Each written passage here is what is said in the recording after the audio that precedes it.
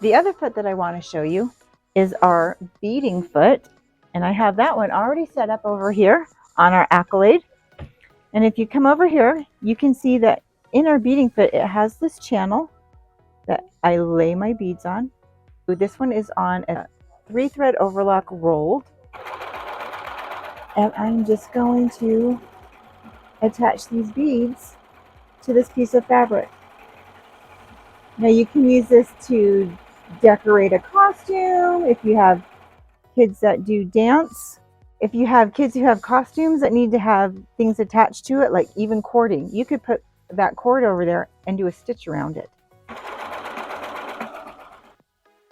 And there you go. You've got your beading attached to any fabric. Now you can also put beading on tulle. Did you know that?